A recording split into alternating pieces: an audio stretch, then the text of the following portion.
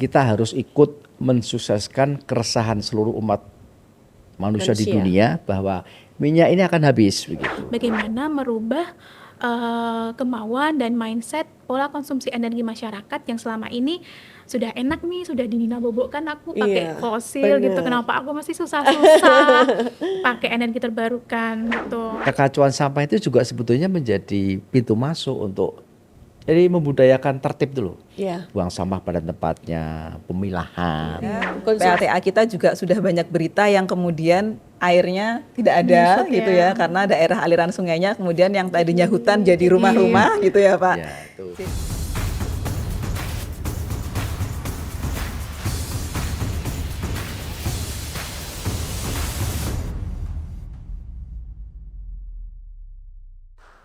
Halo pemirsa, apa kabar? Bahagia rasanya saya Artika Amelia dapat kembali hadir menjumpai Anda selama 1 jam ke depan, tentu saja di podcast Teras Kepatihan. Hari ini pemirsa ada 3 orang narasumber yang nanti akan berbincang bersama dengan saya untuk membahas satu topik yang sangat menarik untuk kita diskusikan bersama. Nah langsung saja sebelum nanti saya ingin kasih tahu nih temanya apa, saya kenalan dulu dengan narasumber yang sudah hadir di sini. Orang bilang tak kenal maka tak sayang, mari kita kenalan. Oke, yang pertama yang ganteng dulu aja kali ya yang saya kenalkan. Beliau ini adalah Pak Budi Dewantoro SHMSI, anggota Komisi B DPRD Daerah Istimewa Yogyakarta. Pak Budi, kabar baik Bapak? Alhamdulillah Mbak, baik. Oke, terima kasih kehadirannya di sini. Pak Budi ini ganteng sendiri loh Pak, di antara perempuan-perempuan cantik ini ya. Sekali gitu Mbak. Matur nuwun untuk kedatangannya. Kemudian yang berikutnya beliau ini adalah Mbak Dwi Novitasari STMT dari Pusat Studi Energi Universitas Gajah Mada. Mbak Novi, kabar baik juga Mbak? Alhamdulillah Mbak Tika. Oke, sehat bahagia ya Mbak ya. Terima kasih atas kehadirannya di sini. Kemudian juga ada analis pengembangan energi Dinas Pekerjaan Umum, Energi dan Sumber Daya Mineral PUESDM Daerah Istimewa Yogyakarta. Ada Mbak Hairurinda Fibri Artanti STP MSc. Mbak Rinda. Betul Mbak. Panjang banget ya Mbak. Banyak R-nya juga. Banyak R-nya, banyak ketemu R. Sehat juga Mbak? Alhamdulillah Mbak. Alhamdulillah, tapi bisa R gitu ya Mbak? R. Aman ya Mbak? Aman. Terima kasih Mbak Rinda untuk kehadirannya di sini. Nanti kita 1 jam akan ngobrol tentang energi baru terbarukan daerah istimewa Yogyakarta, solusi penyediaan energi dari sumber tak terbatas. Nah kita kalau ngomongin tentang energi yang terbarukan, ini kan dari dulu zaman-zaman SD ada energi yang bisa diperbaharui, tidak bisa diperbaharui. Nah di DIY sendiri pasti juga ada ya seperti itu. Kemudian nanti kita juga akan mengetahui juga tentang kebijakan dan lain sebagainya. Oke pemirsa, kayaknya langsung saja ini saya yang pertama ke Mbak Novi terlebih dahulu ya. Mbak Novi mungkin nanti bisa memberikan satu pencerahan juga untuk pemirsa mengenai energi terbarukan. Ini apa nih Mbak? Kita sedikit flashback beberapa tahun ke belakang. Monggo silakan. Makasih Mbak Tika. Jadi kalau secara definisi energi terbarukan itu energi yang sustainable atau berkelanjutan dan bisa diperbaharui. Nah, arti bisa diperbaharui ini apa sebenarnya? Gampangnya gini, kalau energi itu masih bisa kita panen selama masa hidup kita, maka itu bisa dianggap terbarukan. Misalnya gini, hari ini ada surya, besok kita masih ketemu surya, masih ketemu matahari gitu ya, atau hari ini ada angin, besok ada angin gitu. Nah, yang dulu sempat ada perdebatan itu terkait dengan biomasa. Biomasa itu pohon ya, apakah kita boleh nebang pohon gitu. Dulu sempat biomasa itu tidak terbarukan gitu. Tapi sekarang kalau kita nanam pohon selama 20 tahun itu masih bisa kita tebang, nanti kita tanamin lagi gitu. Jadi saat ini biomasa termasuk dalam energi yang terbarukan juga. Jadi kalau selama masa hidup manusia itu misalnya rata-rata 60 tahun gitu ya. Selama 60 tahun itu kita masih bisa memanen lagi sepanjang hidup kita. Nah itu terbarukan. Nah kalau yang nggak terbarukan itu seperti apa? Misalnya minyak bumi gitu ya. Minyak bumi itu kan dari fosil jutaan miliaran tahun yang lalu gitu kan. Yang kalau kita pakai sekarang itu ya nanti akan terbentuk lagi jutaan atau miliaran tahun yang akan datang gitu. Nah itu yang kemudian kita sebut tidak terbarukan gitu. Oke, baik. Nah, kemudian kalau untuk pemanfaatan energi terbarukan sendiri seperti apa? Misalnya kita melihat di kehidupan kita sehari-hari nih, Mbak. Di kehidupan sehari-hari misalnya yang paling gampang itu pembangkit listrik tenaga air gitu. Kalau PLTA itu kan kita tahu ada bendungan, lalu dikasih turbin, itu kalau kita ada terjunan air, turbinnya muter, Nah, dari energi yang gerak itu kemudian ada namanya trafo, dia mengubah energi gerak jadi listrik. Nah, itu jadi lampu gitu misalnya. Atau yang lain, kalau turbin ini kan sebenarnya dipakainya di banyak pembangkit ya, misalnya air tadi, terus kalau angin pakai kincir angin gitu. Atau misalnya kalau di pembangkit yang tidak terbarukan, misalnya PLTU, itu sebenarnya juga muter turbin, tapi dia dari uap panasnya batu bara gitu. Misalnya teknologi terkait dengan energi terbarukan itu bisa air. Kemudian ada lagi yang sekarang lagi banyak itu pembangkit listrik tenaga surya. Surya, ya, benar. Nah, surya ini sebenarnya yang dimanfaatkan itu bukan panas mataharinya, tetapi cahaya mataharinya. Oke, tidak panas matahari. Bukan panasnya. Tapi karena selama ini yang kita pahami kan panasnya yang nanti akan terserap seperti itu. Nah, itu bagaimana penjelasannya, Mbak? Jadi kan kalau matahari itu dia punya panas dan cahaya ya. Nah, yang kita ambil itu cahayanya.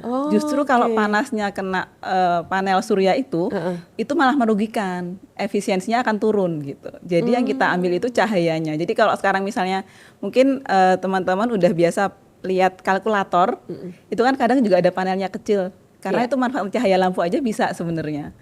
Gitu. Jadi tinggal seberapa kuat intensitas cahayanya ya untuk bisa membangkitkan listrik. Nah, kalau panel surya itu misalnya teknologinya itu untuk mengubah dia dari silikon gitu ya, dari silikon bahan kimia gitu. Itu dari cahaya matahari diubah ke listrik. Nah, kalau tadi turbin itu dari gerak kemudian jadi listrik, yang ini dari bahan kimia jadi listrik gitu, Mbak. Oke. Nah, Mbak, ini menarik sekali untuk pemanfaatan panel surya. Kalau misalnya cahaya mataharinya itu ibaratnya dipakai terus-menerus nanti kan akan habis seperti itu atau bagaimana ini? Jadi, kalau yang dimanfaatkan pakai panel surya itu kan sebenarnya tidak habis, tapi dia terbatas pada siang hari ya. Jadi ketika malam kan kita jadi nggak punya listrik. Nah, kemudian itu nanti akan kita kombinasikan dengan baterai.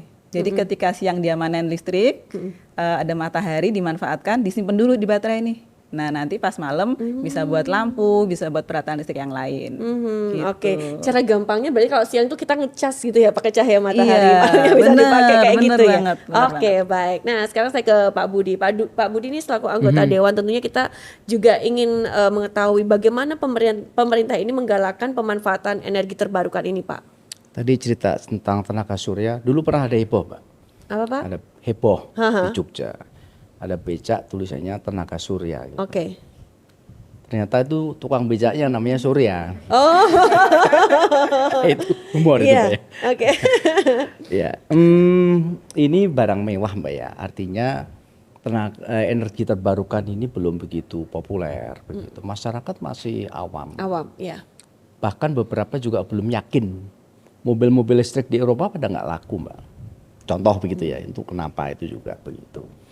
Dan saya kira kalau ini porsi pemerintah ya yang memang harus bekerja paling keras ya untuk menemukan solusi ini. Umat manusia di seluruh dunia itu lagi resah tentang energi ini kan terbatas, Mbak ya. Ya, Arab Saudi dan sebagainya itu juga sudah, meskipun juga katanya mereka menemukan ladang-ladang minyak begitu. Mobil listrik dan sebagainya dipasarkan, tapi juga kita ini kan masih belum yakin begitu. Nah, tapi begini, kalau porsi Jogja ya, sebetulnya pemerintah daerah itu punya punya peluang besar. Kita itu punya banyak kampus, Mbak ya, para saintis, para ilmuwan. Ini yang saya kira masih belum kita manfaatkan ya. Jadi sepertinya juga pemerintah itu belum begitu peduli gitu loh. Jadi paling ada nanti nemu aja, itu milik kita. Tapi ya jujur saya akui kita tuh belum punya porsi yang besar untuk memikirkan ini. Ya dulu Bribin, Mbak ya. Nah Bribin itu sudah lama begitu, sudah lama. Kebetulan itu yang mengajak teman saya. Jadi saya punya teman di Batan, dia alumni Jerman, dia mengajak profesornya ke Bribin, ya.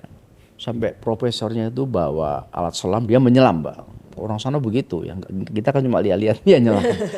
Cara mengukur arus itu dengan bola pingpong begitu sebagainya. Setelah jadi, tapi ya begitu, dulu Pak Gub itu pernah cerita, jadi pakai apa itu loh Mbak, alat apa gitu dari tembaga itu hilang dicuri Mbak. Cuma ada di Indonesia kayaknya Pak. Ya itu dia. Ya. Tapi Bribin itu cuma ngangkat air tadi Mbak ya, dia ngangkat. Ya mungkin sekarang masih begitu ya. Ya ini contoh begitu. Tapi juga kita bikin gitu juga kadang-kadang ya kita belum familiar. Masyarakat kadang-kadang ya tadi itulah kreatif begitu. Nah jadi tetap Mbak, jadi tetap gitu. Di dunia ini ada beberapa negara yang sudah sukses membentuk atau membuat proyek energi yang terbarukan ya. Kayak di Afrika ada Kongo itu termasuk salah satu yang sukses begitu. Nah Indonesia belum ya, tapi juga kita sebetulnya punya potensi besar ya. Kalau di Jogja tuh kayak angin mungkin ya tadi, kemudian air begitu. Nah jadi kita nggak punya air terjun ya, kayak di mana itu di Jawa Barat itu apa Mbak? Waduk apa itu? Ada loh sungai yang di Bendung tuh sangat. Jadi intinya bahwa sebetulnya ini adalah kita harus ikut mensukseskan keresahan seluruh umat manusia di dunia bahwa minyak ini akan habis begitu. Nah jadi Indonesia umumnya juga ya dikit-dikit sudah mulai. Di Jogja juga ada beberapa. Intinya adalah bahwa ini sebetulnya peluang kita. Kenapa saya bikin begitu? Di Jogja itu banyak perguruan tinggi, punya UGM, punya UPT kayak tadi itu misalnya. Nah jadi gitu. Perlu saya kira ada bagian pemerintah yang concern di bidang energi terbarukan. Begitu Mbak. Oke, baik. Nah pemanfaatan tapi memanfaatkan yang bisa dikatakan menghemat seperti itu, tapi ya tidak memanfaatkan secara boros seperti itu, nggak yang harus seperti itu ya Pak ya? Oh iya, ini semuanya kita itu nggak boleh boros begitu ya. Makanya kita juga belum familiar ya. Kita juga pakai apa-apa seenaknya begitu. Jadi, nah ini juga perlu edukasi juga. Edukasi pada Ya, masyarakat betul. ya. Oke, baik Pak Budi. Nah sekarang saya lanjut ke Mbak Rinda. Mbak Rinda ini sedikit tadi sudah dijelaskan ya oleh Mbak Novi dan juga Pak Budi. Ini terkait mengenai kebijakan yang tentunya Pemda DIY ini juga merumuskan satu kebijakan dalam mewujudkan penggunaan energi yang ramah lingkungan dan juga berkelanjutan. Bisa diceritakan bagaimana Mbak sampai dengan saat ini yang juga udah dilakukan? Oke, makasih Mbak Tika waktunya. Jadi tadi sudah dibahas sama Mbak Novi untuk secara konsepnya, lalu Pak Budi juga menambahkan bagaimana kalau tumpuannya ini adalah ada di pemerintah gitu ya, mau tidak mau. Apalagi ini sesuatu hal yang kurang familiar ya Mbak. Tidak familiar, bahkan mungkin bisa dikatakan kalau saya ngobrol ketemu sama orang-orang di luar gitu, mungkin energi terbarukan perso mboten Bapak Ibu gitu. Wah, nopo meniko. Banyak yang tidak tahu gitu daripada yang tahu. Jadi kami ini langkah pertamanya itu masih untuk edukasi dulu apa itu tentang renewable energy itu. Jadi amanat besarnya itu tidak bisa jauh-jauh dari amanatnya kementerian, dari amanatnya negara mengenai rencana umum energi nasional Mbak. Jadi tidak bisa lepas dari situ bahwa Indonesia ini punya goal besar bahwa energi kita di masa depan itu energi terbarukan gitu.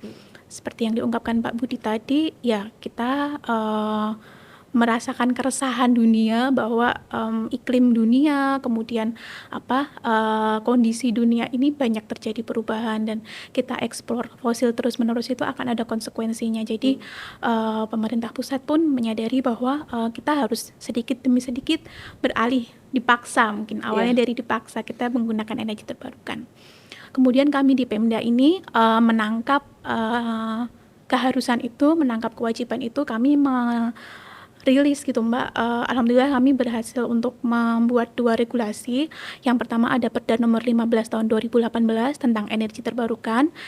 Kemudian ada satu lagi regulasi di Perda nomor 6 tahun 2020. Itu payungnya semakin teknis lagi, yaitu mengenai rencana umum energi daerah istimewa Yogyakarta. Itu untuk tahun 2020 sampai 2050. Dan regulasi itu cukup teknis Mbak. Ada target seperti penggunaan energi baru terbarukan itu harus berapa persen di tahun 2025 dan di 2050. Jadi ada roadmap-nya gitu Mbak ya? Betul Pak, jadi seperti roadmap gitu ya Pak ya. Jadi kita mau jalan tuh ada kompasnya, seenggaknya kita ada kompasnya walaupun gitu, nanti pas jalan kita ya ada terseok-seoknya gitu ya Pak, seenggaknya kita punya Ya paling nggak kompas ada gitu Pak. program ya, Iya. jadi jelas arahnya, ada tahapannya. Ini yang penting konsistensi di dalam mengawal itu dan melaksanakan. Nah, Oke, baik. Dan itu nantinya kebijakan itu akan berlangsung dimulai di tahun kapan, Mbak? Atau ini sudah berjalan? Iya, kalau regulasi yang Perda DIY nomor 6 itu kebetulan sudah disahkan di tahun 2020 Mbak, nggih. Jadi ini sudah berjalan dari tahun 2021 itu kami sudah untuk realisasi programnya sudah kita mulai begitu. Oke, baik. Jadi kalau untuk semacam kayak evaluasi itu belum bisa dievaluasi secara real seperti itu karena program ini masih berjalan seperti Programnya itu ya. masih berjalan, tetapi kebetulan kami setiap tahun itu ada namanya dari pusat itu kewajiban untuk menghitung capaian bauran energi terbarukan, Mbak. Oke, Gitu. gimana nih Mbak hasilnya apa yang didapatkan nih?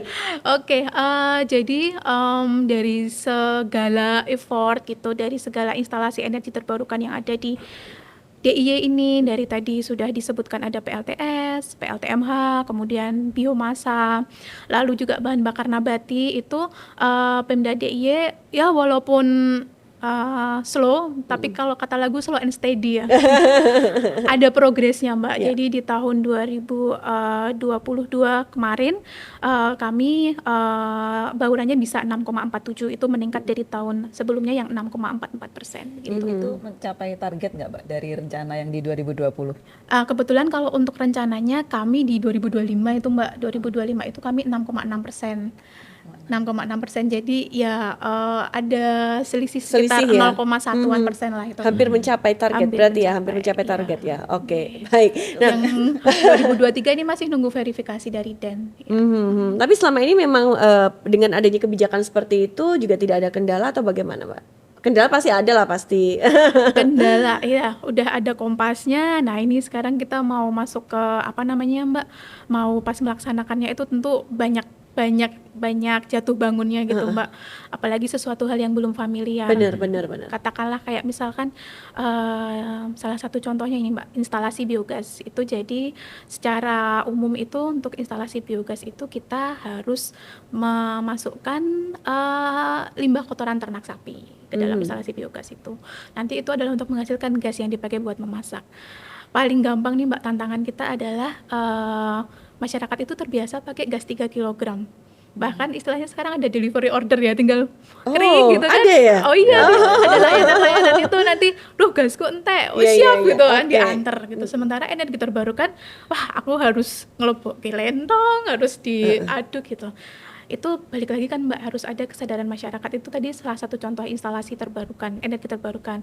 Jadi kendalanya itu tadi, pertama ada kendala yang dari sosial itu tadi, bagaimana merubah kemauan dan mindset pola konsumsi energi masyarakat yang selama ini sudah enak nih, sudah dinabobokkan aku pakai Iya, fosil gitu, bener. kenapa aku masih susah-susah pakai energi terbarukan gitu.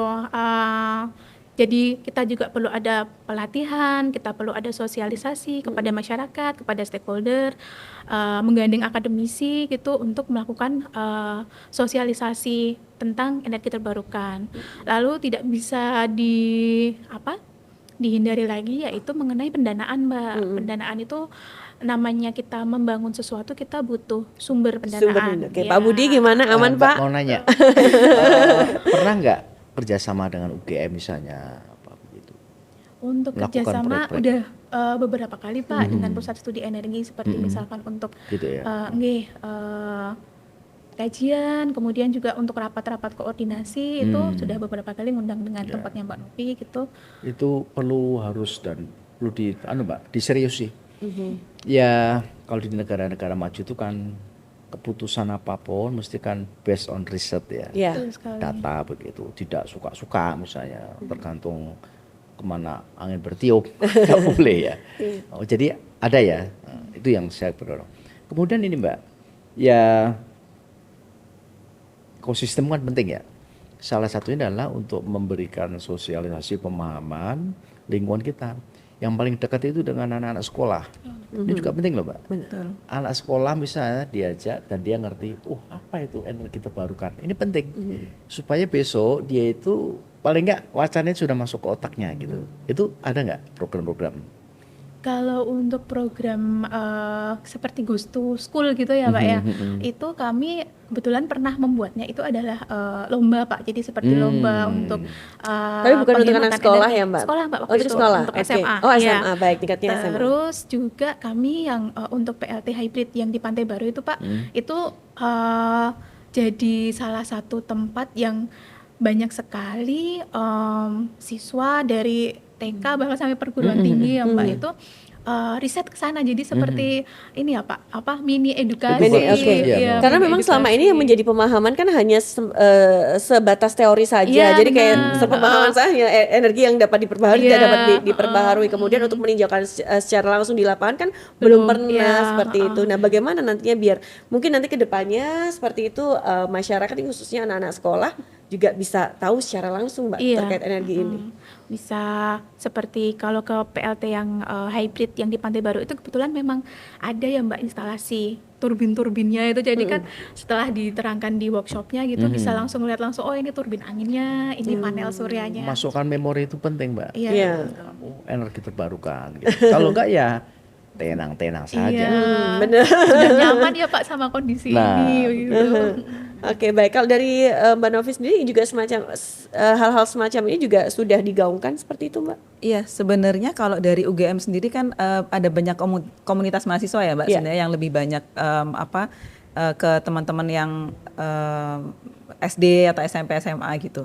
Jadi di UGM itu ada yang namanya satu tuh ada Dewan Energi Mahasiswa, ada komunitas mahasiswa sentra energi, Kamase, ada Society Renewable Energy SRE gitu. Jadi ada banyak sebenarnya. Nah, sebenarnya terkait dengan apakah masyarakat sudah familiar tadi sama Pak Budi ya. Dulu tahun 2010 itu kami ada dapat hibah Pak, kebetulan dapat hibah, kita membuat proposal tentang pengangkatan air tenaga surya di daerah Gunung Kidul yang kebetulan memang susah air kan ya Pak waktu itu di sana ya. Hasilnya apa, Mbak? Betul. Nah, kita udah masang PLTS Mbak di sana itu tahun 2010. Dan itu kan kalau UGM ada KKN ya. Iya. Jadi kita memang mengajak waktu itu ada senior-senior KKN ke sana. Jadi kita mengajarkan ke masyarakat bagaimana ini panel suryanya, ini namanya inverter, ini pompa nanti nyelup di air gitu. Terus kemudian yang mengelola mereka sendiri gitu. Dan mereka juga punya komunitas OPA namanya Pak. Nah itu mereka iuran nih. Nanti itu kalau itu nggak pakai baterai Mbak panel suryanya malah. Jadi dia itu kalau siang ngangkat air ke tandon paling atas. Oke. Nah ketika tandon-tandon itu diisi, nanti akan turun ke tandon-tandon kecil itu pakai gravitasi biasa ngalir aja. Tapi kekuatan cahaya matahari itu juga mempengaruhi atau tidak, Mbak? Semakin Ya. misal semakin panas, semakin matahari bersinar, seperti itu kekuatannya juga akan semakin besar begitu? Betul Mbak. Jadi ketika dia mendung, tertutup oke, cahayanya iya. itu ya biasanya itu memang akan tegangannya akan turun gitu. Jadi memang kurang optimal gitu ya. Jadi yang memang yang bagus itu ketika musim kemarau misalnya atau yang panasnya, dan biasanya kalau di Indonesia itu di sekitar mulai jam 9 pagi sampai jam 3 sore. Nah, itu kita bisa manfaatkan di situ. Dan yang Gunung Kidul itu di tahun 2010 kita dapat Mondialogo itu. Di tahun 2015 atau 17 kita kembali ke sana, desainnya diperbesar. Waktu itu dapat dari pendanaan industri dari Alstom Pak waktu itu, dan juga ada hibah yang lain gitu. Kita perbesar untuk dusun-dusun yang lain gitu. Jadi mungkin nanti kerjasama antara akademisi dengan masyarakat langsung gitu ya, dengan dinas-dinas dengan cara yang seperti itu sih Pak ya. Karena kalau kita mengandalkan nanti dana dari pemerintah kan kadang-kadang tidak ada anggaran gitu ya Pak. Ya, artinya begini Mbak, ya uang terbatas. Ya. Betul. Artinya pemerintah itu membuka peluang mindsetnya gitu loh. Jadi memberikan peluang, mendorong, ya artinya kayak perguruan tinggi, kelompok-kelompok masyarakat tadi itu harus diajak, distimulan begitu. Ya kayak misalnya di Jogja itu ada Subakul. Itu kan ya karena memang core kita itu pariwisata, UMKM, ya begitu itu loh Mbak.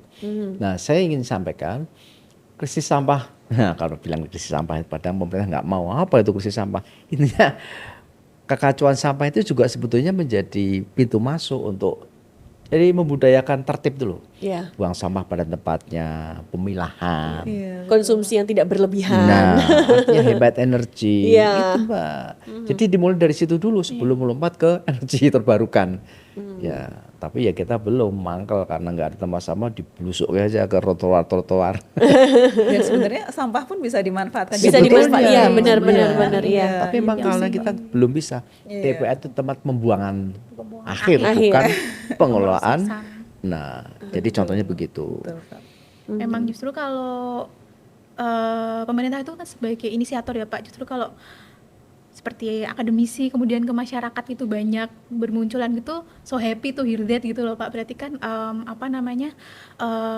di bawah itu, di grassroots itu dilestarikan gitu ya Mbak ya, yang udah dibangun, yang sudah diinisiasi oleh rekan-rekan akademisi itu benar-benar dirasakan manfaatnya, itu kan sangat menggembirakan gitu Mbak. Berarti kan hal-hal yang ini yang dirasakan benar oleh manfaatnya oleh masyarakat tadi. Oh, biasanya kalau musim kemarau air susah, iya, ternyata benar.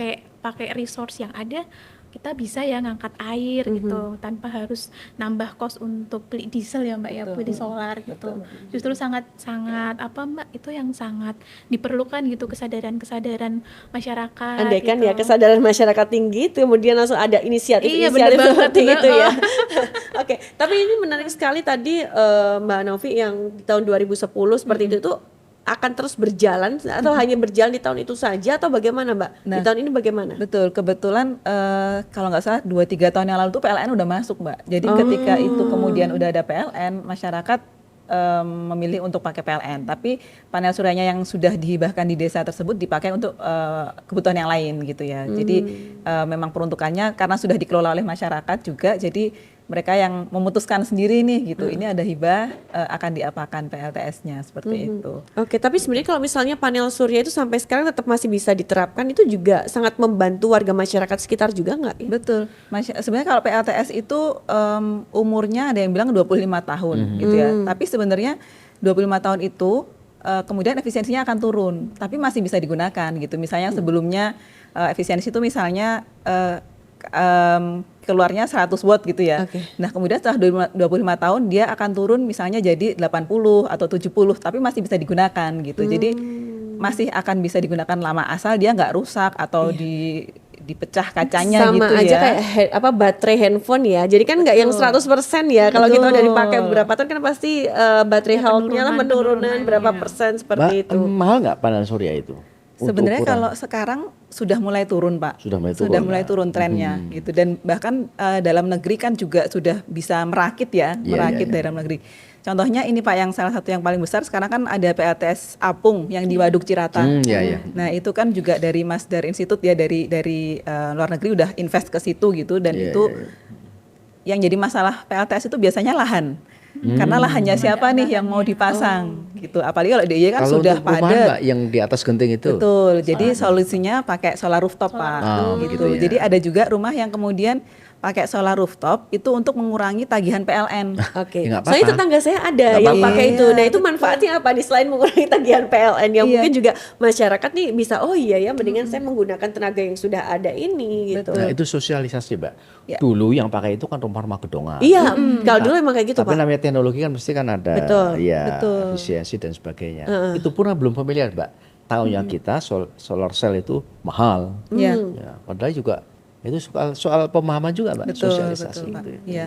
Jadi kalau tadi apa keuntungannya selain Tagihan. mengurangi tagihan Tagihan, gitu ya, iya. Mbak. Jadi kalau misalnya rumah yang lain mati kan kita masih bisa punya sumber listrik yang lain gitu. Jadi nggak ada masalah gitu untuk misalnya kita pakai panel surya di atap gitu, biasanya dipakainya untuk peralatan-peralatan listrik yang memang nggak bisa mati, misalnya kalau di rumah sakit gitu. Oke. Atau kalau di desa-desa terpencil yang biasanya dipakein PLTS itu di puskesmas yang dia punya vaksin harus di kulkas 24 jam, itu kan nggak boleh listrik mati. Nah itu PLTS dan Itu terjadi di dikasih Sumatera itu, Mbak. Betul Pak. 2 hari mati, yang kemarin bebek blackout ya sekian Pak. ratus mati, kemudian ikan-ikan koi mati semua. Iya, jadi kemana-mana ternyata ya Pak ya. Tapi Jadi, emang ya.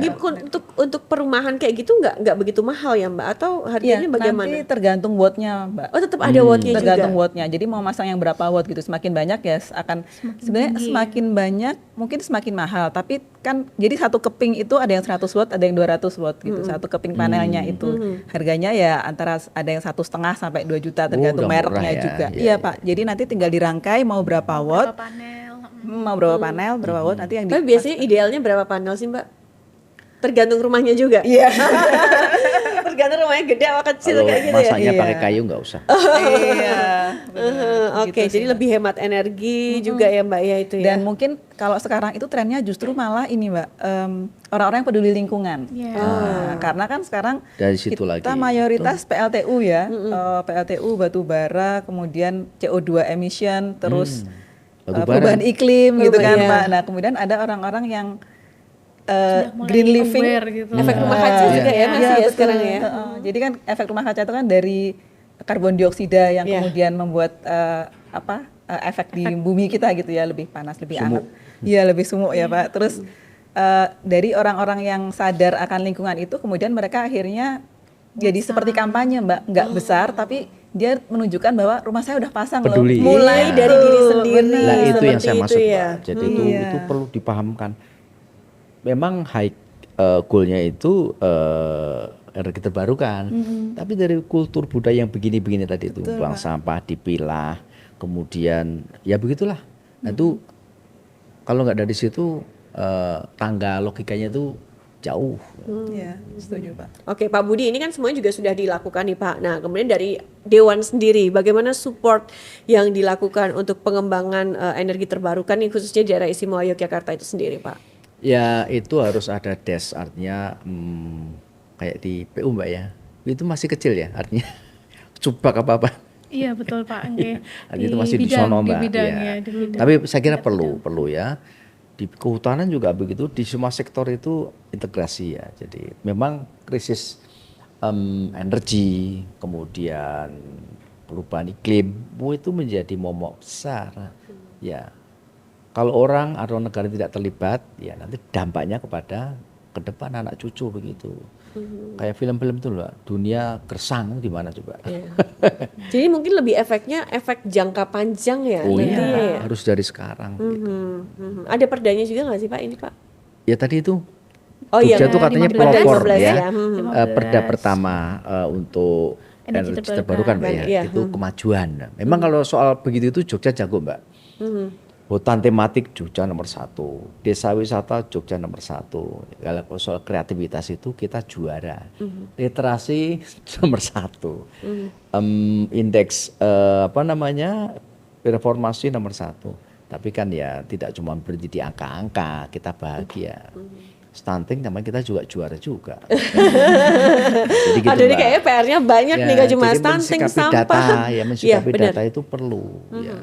Bagaimana supaya tidak hanya puas, kalau puas ya sudah begitu. Gitu. Oke, nah Mbak Rinda ini tentunya kalau kita ngomongin tentang energi terbarukan lagi nih Mbak, perannya itu apa Mbak? Kemudian juga sejauh ini capaian juga yang telah sudah dilakukan sampai dengan saat ini, selain tadi yang Mbak sebutkan ini apa dari Pemda sendiri? Oke, jadi kalau untuk yang terukur ya Mbak ya tadi, untuk yang capaian terukur itu karena memang kami diamanatkan dari pusat untuk menghitung bauran energi setiap tahunnya itu, kita jadi memang harus ada formulasi dan validasi dari kementerian dan itu di tiap tahunnya sudah mengalami peningkatan. Peningkatan, Iya oke. betul. Kemudian untuk tren instalasi energi terbarukan ini untuk beberapa instalasi itu kami juga mencatat ada beberapa kemajuan terutama yang tadi PLTS itu tadi. Jadi kami mencatatkan bahwa sekarang itu banyak rumah tangga itu mereka dengan awareness-nya sendiri, dengan kesadaran mereka sendiri itu mereka memasang PLTS atap. Kemudian ada juga beberapa industri itu di Bantul itu mereka memasang instalasi PLTS atap juga di industri mereka. Lalu juga ada yang bahkan di mall itu salah satu mall di Jogja itu juga memasang PLTS atap gitu. Jadi ini kami melihat bahwa tren untuk peduli kepada lingkungan bahwa kita perlu mulai mengurangi penggunaan listrik yang dari energi fosil itu sudah mulai ada gejala untuk mereka meningkatkan gitu penggunaan PLTS-nya. Dan justru beberapa tahun terakhir ini di tengah keterbatasan pemerintah daerah dalam penganggaran itu justru meningkat gitu pihak-pihak non pemerintah untuk memanfaatkan instalasi energi terbarukan itu, Mbak. Oke, kemudian goal kedepannya apa kira-kira selainnya? Ini kan semuanya ini sudah kayak tadi mendekati angka yang berapa Yang persen itu sudah 2025 ya. kemudian juga ini juga sudah beberapa ada yang beralih juga ke PLTS seperti itu. Nanti kedepannya apa lagi nih PR-PR yang nantinya akan Pemda lakukan nih Mbak? Oke, untuk target kan untuk yang rencana umum energi daerah ini yang terdekat kita di 2025. Oke. Kemudian kita masih ada target lagi di 2050 dan setiap tahun itu kan targetnya ditingkatkan gitu ya Mbak. Memang dia eskalasi gitu. Jadi tantangan kami juga akan semakin besar juga gitu karena apabila nanti penggunaan untuk fosil baik itu bahan bakar maupun listrik dari PLTU itu tinggi ya nanti sama saja tidak akan terjadi peningkatan yang signifikan.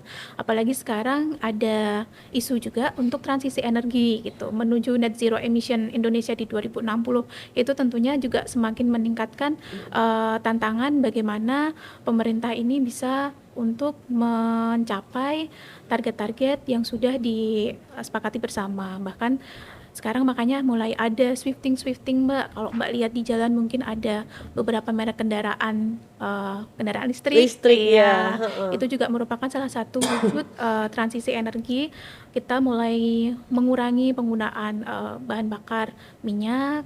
Salah satunya dengan bahan bakar nabati, lalu sekarang ada kendaraan listrik itu. Jadi itu merupakan upaya-upaya pemerintah juga untuk bagaimana nih semakin besar transisi energi itu. Oke, Mbak Novi, ini PR banyak banget deh kayaknya ya. Aku malah mau nanya ke Mbak Rinda Oh nih, Mbak. boleh nanya dulu. Karena gini, saya sendiri juga, waduh ini apa ya bahasanya yang cukup berat juga karena memang seperti tadi disampaikan bahwa ini memang kurang familiar juga untuk kita dan ini menjadi satu semangat saya untuk pengen tahu juga ini Mbak Novi monggo silakan pengen nanya apa ke Mbak Rinda. Saya malah pengen tahu ini apakah ada rencana ya karena kan kalau sekarang kita lihat darurat sampah nih DIY gitu apalagi DIY ya apalagi kita kota atau provinsi yang memang banyak banget dikunjungin wisatawan mau liburan mau enggak tetap aja datang bus-busnya gitu ya. Nah, ini konser-konser juga banyak loh. Betul, Kemarin banyak sampah-sampah di mana-mana kan ya. ya. Jadi walaupun misalnya dari orang Jogjanya sudah mencoba meminimalisir gitu ya Mbak, apakah tapi wisatawan tetap hadir gitu. Nah, bagaimana kira-kira dari pemerintah ini pengelolaan seperti apa gitu? Itu kan sebenarnya sumber yang tersedia nih gitu ya, sumber energinya tersedia gitu. Apakah ada rencana untuk mengelola itu gitu? Misalnya kan kayak saya tahu di Surabaya dan Semarang itu sudah ada PLTSA gitu dan itu sudah cukup berhasil beroperasi gitu. Apakah Jogja ada rencana atau jangka panjangnya aja sih mungkin ya? Gitu sih Mbak. Kalau untuk yang pengelolaan sampah ini kebetulan malah yang terbaru dari provinsi dikembalikan ke kabupaten kota ya Pak. Kota, ya. Karena itu memang sebenarnya awalnya seharusnya menjadi kewajiban kabupaten kota ya Pak. Tapi berpuluh-puluh tahun kok jadi ke provinsi. Tidak ada progres, cuma gunungan sampah aja ya, hasilnya. Iya, jadi saat ini dikembalikan dulu kewajiban itu untuk pengelolaan di kabupaten dan kota itu, gitu. Dan nanti dalam perkembangannya ini kabupaten dan kota ada beberapa yang menggunakan teknologi yang walaupun sederhana ya Mbak ya, gitu. Memang belum yang skala termal seperti di Surabaya maupun Semarang. Itu kabupaten dan kota sudah mulai menggunakan teknologi-teknologi yang masing-masing yang sesuai dengan kemampuan Jenis fiskal sampah. daerah juga, ya, sama jenis sampah yang masuk ke tempat pembuangan iya di kabupaten kota. Kalau itu. yang di ruwetnya Mbak, sampai 2050 itu Sebenarnya ada Mbak, kalau di ada kami kan itu ada pengembangan proyeksi untuk pembangkit listrik tenaga sampah itu. Kalau yang saat ini sudah ada itu sebenarnya yang di Gamping Mbak. Jadi yang Gamping. pasar buah Mbak. Oh, pasar Iya, buah Gamping. Oh, ya. Giwangan. Oh, iya. yang Tapi itu Gamping pakai itu. tenaga Biogas sih Pak, biogas, dijadikan biogas. Jadi lumayan ya. ya paling Bukan- enggak kan bukan batu bara. sampah bukan Pak, sampah buah ya. sampah buah yang organik itu kan dijadikan satu nanti untuk dimasukkan di kester biogas begitu. Iya. Jadi seenggaknya kan sampah buahnya enggak yang menumpuk banyak Ya, seperti itu. tapi ya. volumenya masih kecil Mbak ya. Ya, satu pasar itu aja sih Ya. Pak, satu pasar Di dekat rumah saya, Mbak. sampah. Oh enggak. Berarti bisa diperbanyak ya Pak ya. Iya, Ya, iya, itu iya. aja. Di aplikasi. Jadi kalau kota itu yang saya dengar dari Pak Gubernur sudah membuat instalasi cuman belum jadi gitu.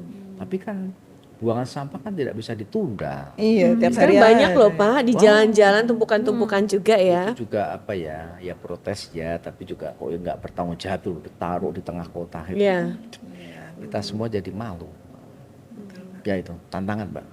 Ya tadi gitu-gitulah, jadi soal sampah, soal sebelum tadi itu sampai ke apa namanya, energi terbarukan. Terbarukan ya. Dari yang Masalah kecil-kecil dulu Dari ya, hal Pak, yang ya. kecil ya, oke. Masih banyak PR yang di bawah-bawah.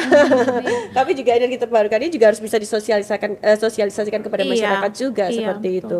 Dan memang sangat erat untuk energi terbarukan itu bahkan masuk ke strategi, salah satu strategi di Perda itu adalah untuk ini Mbak, konservasi energi yang tadi sudah banyak disampaikan juga. Jadi penghematan listrik itu karena memproduksi 1 kilowatt listrik dengan menghemat 1 kilowatt listrik itu akan lebih mudah dilakukan. Kayak kita cetek gitu, saklarnya dimatikan saat sudah tidak menggunakan, itu akan lebih mudah, lebih bisa kita lakukan daripada kita memproduksi 1 kilowatt listrik. Itu butuh effort dan butuh biaya yang sangat besar gitu. Jadi dimulai dari yang kecil-kecil tuh bisa tadi itu irisannya dengan penghematan atau konservasi energi itu Mbak. Air keran saat tidak digunakan kita matikan. Iya. Betul. Ya, tapi kadang ya gimana ya masyarakat itu kita aduh karena air berlimpah ya udah menyala kecil juga tetap biasa aja, tetap Iya. nyala nggak dimatiin gitu ya. Sebegitu berharganya sebenarnya satu tetes air ini untuk Betul, kehidupan begitu ya. Oke. Nah, Mbak Novi ini terkait misalnya kayak kerjasama seperti itu juga dilakukan juga ya UGM dengan misalnya dengan mana seperti itu Betul, Mbak. terkait energi terbarukan ini. Ya, sebenarnya kalau mungkin di kampus lebih ini ya, lebih banyak terpapar dengan energi terbarukan ya Mbak, karena memang dari pusat kan kita juga ada, pemerintah sudah sangat concern dengan perubahan iklim, kemudian nanti dampaknya seperti apa, dan salah satu yang kita dapat dari G20 kemarin kan adanya dana untuk Just Energy Transition Partnership JETP gitu namanya. Oke. Nah itu tuh memang seharusnya bantuan dari negara-negara maju ke Indonesia untuk transisi energi nih, mulai dari PLTU yang sekarang 70% pembangkit kita kan dari listrik itu dari batu bara gitu. Nah itu harus mulai transisi ke yang lebih bersih gitu ya, ke energi terbarukan. Jadi kerjasama itu memang sudah banyak dilakukan oleh akademisi, dan kemudian biasanya memang donor-donor dari luar yang concern gitu, karena Indonesia termasuk negara yang banyak banget jumlah penduduknya gitu ya, dengan pulau-pulaunya. Dan tadi kalau misalnya kita ngobrolin sampah, sebenarnya sampah itu juga mengeluarkan gas yang 3 kali lebih merusak daripada karbon dioksida dari PLTU gitu. Jadi gunungan sampahnya itu justru lebih bikin berbahaya itu malahan ya. Betul. Oke. Jadi kayak ya tadi bisa dipakai biogas gasnya, nah itu tuh sebenarnya lebih merusak dari lapisan ozon kita daripada misalnya dari minyak, dari batu bara gitu. Jadi pengelolaan sampah itu jadi salah satu yang memang kita upayakan lah gitu, bagaimana, karena di Jawa Barat, Bantar Gebang, Bekasi ya itu kan juga lumayan banyak sampah-sampah yang perlu dikelola dengan baik gitu. Sejauh ini akademisi dengan pihak swasta maupun pemerintah pusat itu sudah banyak berkolaborasi juga, pemerintah daerah juga ya, dengan SMDIY udah lama juga kenal sama Mbak Rinda. Terus kalau kita juga salah satu yang Jawa Tengah itu salah satu yang progresif terhadap energi terbarukan. Kenapa? Karena dia mencanangkan, mungkin kalau nanti bisa googling gitu ya, dia mencanangkan Provinsi Surya. Jadi dia sangat terbuka dengan investasi-investasi PLTS. Kalau saya nggak salah, malah untuk industri-industri yang nantinya bangun di Jawa Tengah itu listriknya harus ada PLTS-nya. Gitu. Jadi kan itu peran pemerintah ya untuk mendukung bahwa harus ada energi terbarukan gitu. Karena kalau Jawa Tengah itu memang dia banyak PLTU, jadi dia butuh nambah PLTS atau nambah pembangkit energi terbarukan yang lain gitu, agar tadi kalau dari bauran energi mixnya bisa tercapai gitu. Saling ya. support begitu. Betul, ya Mbak ya. gitu. Nah mungkin kalau dari DIY saya juga mau nanya lagi gitu, apakah ada nih gitu ya, apakah ada peraturan-peraturan yang kemudian ya jadi dipaksa gitu Mbak, jadi dipaksa untuk misalnya, atau kalau Bali dia nggak lagi pakai plastik ya Pak. Nah itu jadi apakah hal-hal kayak gitu ada rencana gitu dari pemerintah di DIY? Kita belum gitu. Mbak, masih plastik sekali pakai. Iya ya Pak ya. Iya. Ini ya Pak ya. Iya, jadi contohnya Mbak, pemerintah di Bali, saya sering rapat di sana Mbak ya. Orang pakai suguhan tuh sudah nggak ada lagi plastik. Iya. Betul. Daun atau apapun yang intinya ramah lingkungan daur ulang. Iya. Ya, kita aja dikasih teh Mbak, bukan apa itu air mineral itu. Iya. Nah, itu contoh. Jadi pemerintah pun harus memberikan contoh rapat-rapat ya belanja-belanja itu. Jadi problem sampah itu sekarang pada plastik yang sekali pakai Pak. Sampah di Indonesia itu Mbak hanyut ke kali, ke sungai, sampai ke Seychelles Afrika loh Mbak. Oh. Risetnya Oxford itu mengatakan ini banyak produk plastik Indonesia itu. Made in Indonesia ya. Agak malu tuh Pak. Iya. Nah jadi kita tuh masih gagal di level lapangan soal mengolah sampah plastik. Tadi di kantor nggak pakai, terus pembatasan betul. Jadi kalau kita mau ya begitu-begitu itu harus dilakukan. Nah, gitu. Tapi bisa dikatakan bahwa Indonesia ini tertinggal dari Oh negara iya, Pak. lain atau mungkin karena memang kita belum terbiasa atau bagaimana nih Pak kalau menurut Pak Budi? Riset dari BRAIN ya, sampah itu dari sungai-sungai di Jawa dan Bali itu 1 ton sampai 1,5 juta ton loh, Mbak. Bayangkan itu adalah sampah yang plastik sekali pakai. Nah, ekonomi recycle yang mengolah sampah plastik itu juga masih sedikit.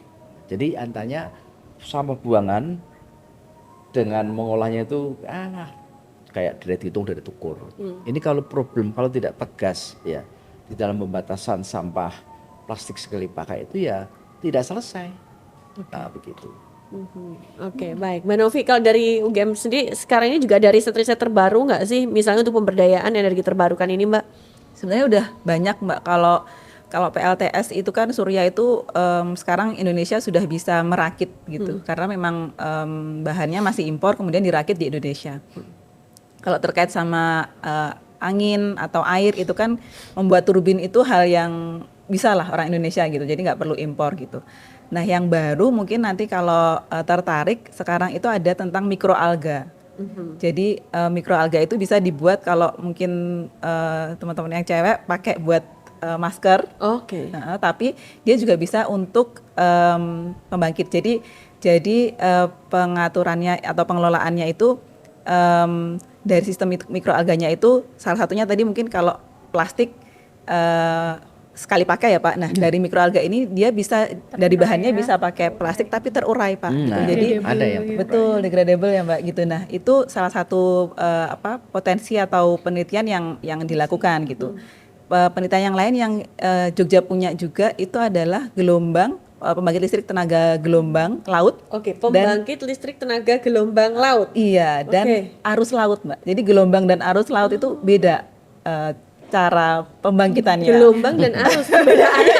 Lah, kalau kita gelombang mungkin itu kan kita sebagai orang awam ya gelombang. Sama gitu ya. Sama kan gelombang. Gelombang itu kita bentuknya. memanfaatkan ininya Deburannya. Iya, naik turunnya. Naik turunnya, oke. Kalau arus itu kita memanfaatkan maju mundurnya. Oh, Nah, oke. jadi itu bisa Kita dimanfaatkan. belum di Indonesia ada Pak yang sudah pakai itu? Belum Pak. Belum, Jadi makanya. memang Masih riset ya? Masih riset tahap, ya?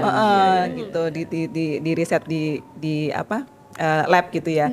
Itu seberapa besar dan tadi sih takutnya kalau hilang itu tadi ya Pak ya alatnya gitu karena investnya kita cukup risetnya masih besar. gini Mbak. Kenapa kita masih impor garam itu?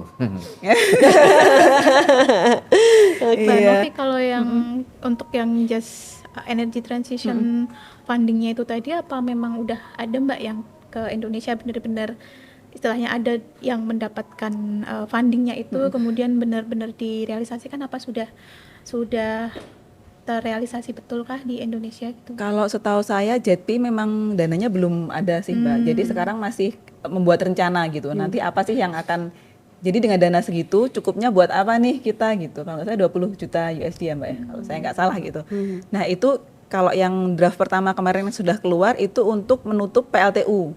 Menutup PLTU. Kenapa di malah Indonesia. ditutup ini? Iya, jadi kan Shutdown gitu. di coal phased out. Jadi batu bara itu ditutup, batu bara. Pak. Problemnya batu bara, Jadi Pak. PLTU pembangkit listrik tenaga uap, Uap, itu iya. kan dari batu bara. Batu bara, Nah. betul. Nah, itu mulai kita kurangi sebenarnya gitu coal phased out. Tapi memang kemudian dampaknya cukup panjang ya. Nanti pegawainya akan gimana? Kemudian yang ditambang itu kan supply chain-nya kan Iya. dari banyak nih panjang sampai akhirnya jadi listrik gitu. Nah, itu perlu dipikirkan juga.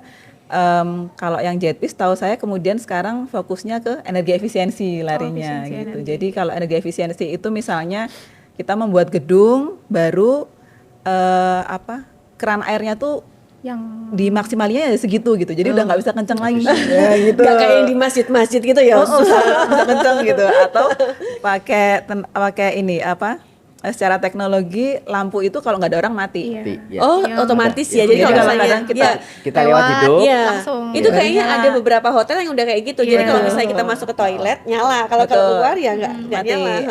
Jadi Kalau lebih yang ke takut dikira ada jinnya. Biasanya anak-anak kecil gitu kan. Lo kok Kayak mati mainan kita ya. masuk kok nyala sendiri Bolak-balik. kayak Iya. gitu. Oke. Gitu. Jadi energi efisiensi itu lebih mengefisiensikan energinya gitu. Jadi kita nggak boros energi gitu. Jadi kan kemudian yang disuplai kan akan lebih kecil harapannya gitu. Jadi membakar batu baranya lebih kecil kalau kita mengefisiensikan listrik kita gitu. Kemudian kalau ke depan yang mungkin bisa dimanfaatkan juga dari sumber daya energi yang ada di Indonesia ini apa Mbak? Sehingga nanti bisa lebih efisien juga dalam pemanfaatannya. Iya, kalau sekarang sebenarnya dari batu bara itu memang tidak bisa langsung ke energi terbarukan atau benar-benar harus 100% energi terbarukan gitu ya. Karena solar kalau kita memang Indonesia negara tropis yang kemudian ada matahari sepanjang tahun Iya. gitu kan. Tapi memang tidak bisa rely on PLTS saja.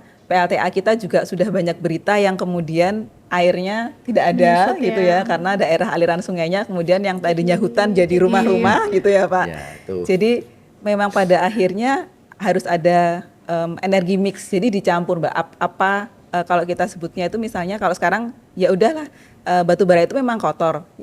Gas itu juga masih energi fosil tapi lebih bersih gas daripada batu bara gitu. Jadi transisinya ini dari batu bara ke gas dulu. Tunggu Kayaknya nih, ini lebih juga bersih gas daripada batu bara ya. Betul. Oke, kemudian apa yang membedakan nih bersihnya di mana, kemudian baiknya di mana seperti itu?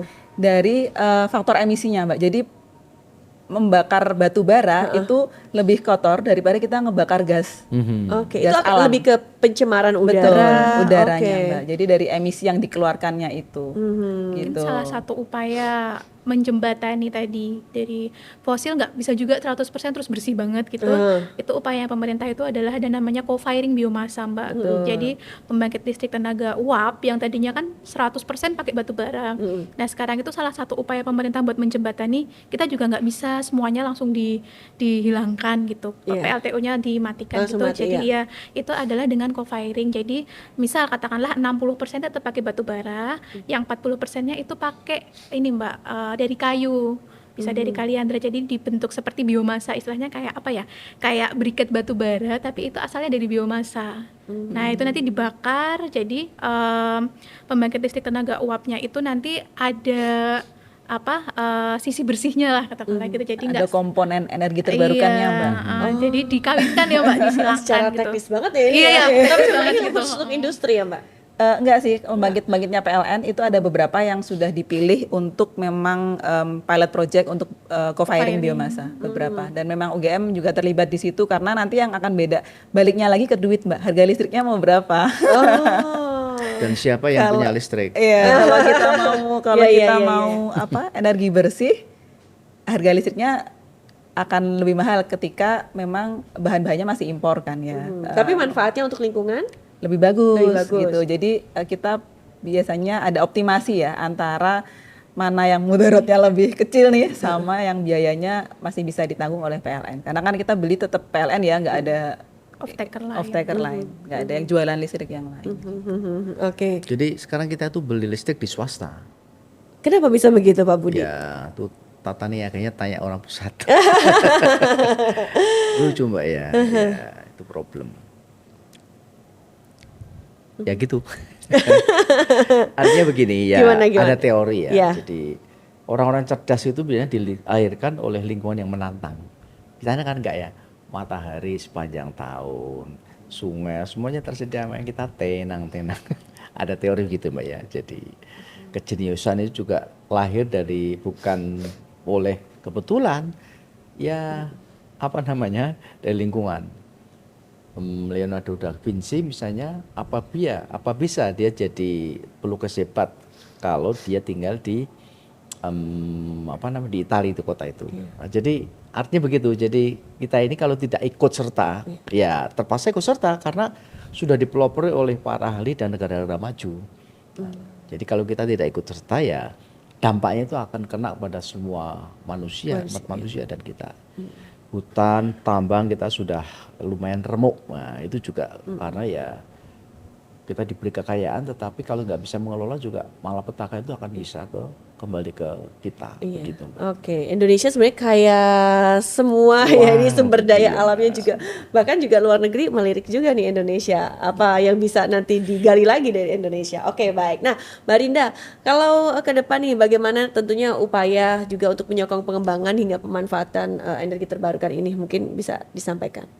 Oke, untuk upaya menyokong ini kami tidak bisa berjalan sendiri gitu. Kayak quotes, kalau ingin berjalan cepat maka berjalan sendiri, tapi kalau ingin berjalan jauh maka berjalanlah bersama. Itu sangat applicable banget ya buat kami gitu. Kami sebagai pemerintah dengan PR yang besar, memperkenalkan, kemudian harus mempush target untuk mencapai target itu. Kami tidak akan bisa kalau kami nggak bergandengan dengan rekan-rekan akademisi, kemudian mendapatkan support dari bapak-bapak ibu di Dewan Perwakilan Rakyat, kemudian ada kemauan dari masyarakat, lalu badan usaha, industri. Jadi kita semuanya perlu sama-sama